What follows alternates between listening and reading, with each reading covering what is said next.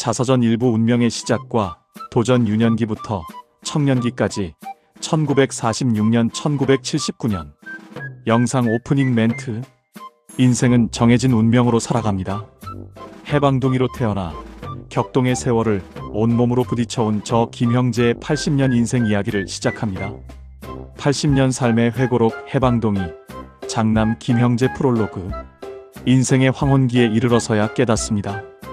우리가 그토록 치열하게 자유의지라 믿고 달려왔던 모든 선택의 순간들이 실은 미리 짜인 거대한 운명의 각본이었다는 준엄한 진실을 말입니다. 저는 1946년 2월 4일 해방둥이로 태어났습니다. 일제강점기의 압박을 벗어난 변산반도 국립공원 동쪽 기슭의 농촌 분홍의 가정에서 8남매 아들로 딸 3중 5째로 예정된 삶을 시작했습니다. 그러나 일찍이 두 형과 남동생 하나가 질병으로 세상을 떠나면서 저는 5 아들 중 장남이라는 숙명적인 자리를 물려받게 되었습니다. 돌이켜보면 모든 만남과 이별, 모든 성공과 좌절은 거대한 시간의 강이 정해진 방향으로 흐르는 것처럼 결코 거스를 수 없는 숙명의 궤적 안에 있었습니다. 이 회고록은 제가 걸어온 길이 나만의 의지가 아닌 자의와 타의가 교차하는 정해진 운명의 섭리였음을 고백하는 기록입니다. 1. 나의 유년 시절은 행복했는가? 저는 1946년 출생했으나 3년 뒤인 1949년에야 출생신고가 되어 3년을 젊게 사는 운명을 얻었습니다. 어린 시절 3명의 형제가 질병으로 요절하면서 저는 부모님과 2 누나, 남녀, 동생 2, 총 5남매의 장남으로 귀하게 자랐습니다. 아버지는 3형제 중 막내로 태어나 손이 없던 막내 할아버지의 양자로 입적하셨습니다. 제네 마을의 분홍이었던 집안은 6.25 전쟁을 겪으며 큰 시련을 맞았습니다. 빨치산에 잡혀가 얻은 고문 후유증으로 아버지의 병세는 깊어졌고 남동생까지 잃은 후 가사는 크게 줄었습니다. 보릿고개가 깊은 3, 4월에는 빚을 내어 연명해야 했고 농사지어 빚을 갚으면 봄에 다시 빚을 얻는 생활이 반복되었습니다.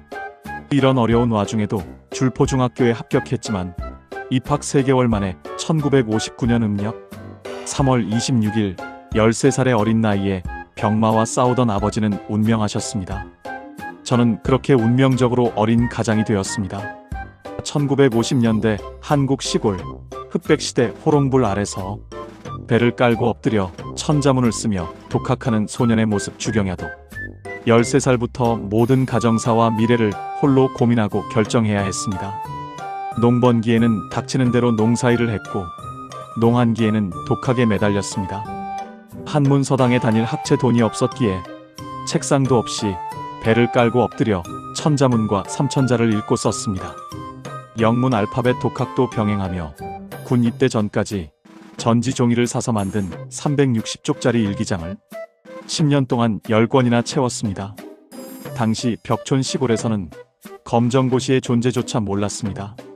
독학으로 한문과 영어 일부를 깨치자 신문사설을 읽을 수 있게 되었고 대학 나온 친구들보다 한문은 더 많이 아는 것에 보람을 느꼈습니다. 정규 교육의 길은 멀어졌기에 동생이 배달하는 신문의 학원생 모집 광고를 보며 기술을 배우기로 결심했습니다.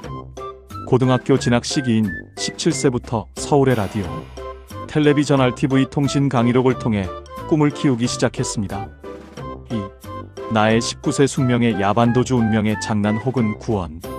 가장 혈기왕성했던 19세, 저는 모든 것을 제 힘으로 바꿀 수 있다고 믿었지만 운명은 가장 극적인 방식으로 그 거대한 힘을 증명했습니다. 당시 박정희 정권은 폭력범을 엄격히 단속하여 제주도 삼청교육대로 보내던 시기였습니다. 우연한 시비에 휘말려 저는 쫓기는 신세가 되었고 일주일간의 도피로 인해 애지중지 키우던 수십 마리의 병아리가 쓰러져가는 모습을 보며 방황했습니다. 1960년대 한국 시골밤, 보리밭 사이를 한 손에 수갑을 찬 채 필사적으로 달려 도망치는 청년의 긴박한 모습. 결국 면지소 파출소에 사촌 형님과 찾아간 나를 불문곡직 쇠고랑을 채워 기회를 보다 한밤중에 당직 경찰에게 화장실 간다고 하니 한쪽 수갑을 풀어주고 화장실까지 따라오는데 극적인 탈주를 감행했습니다. 보리가 무성하게 자란 논밭 3km를 정신없이 달려 고모님 댁에 도착했습니다.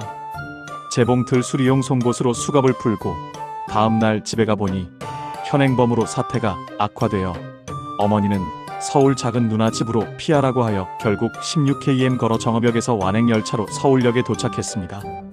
누나 집 주소 찾아가는 창신동 돌산 쉼터에서 라디오 외판원을 만나 저도 라디오 만들 수 있는데 일할 수 있는가 묻자 공장에 가는 길이니 같이 가서 공장장 테스트를 거쳐 취직하게 된 것은 하늘이 무너져도 솟아날 구멍이 있다는 운명의 계시였습니다. 3. 나의 23세 혈기 왕성한 도전 출판업에 뛰어들다.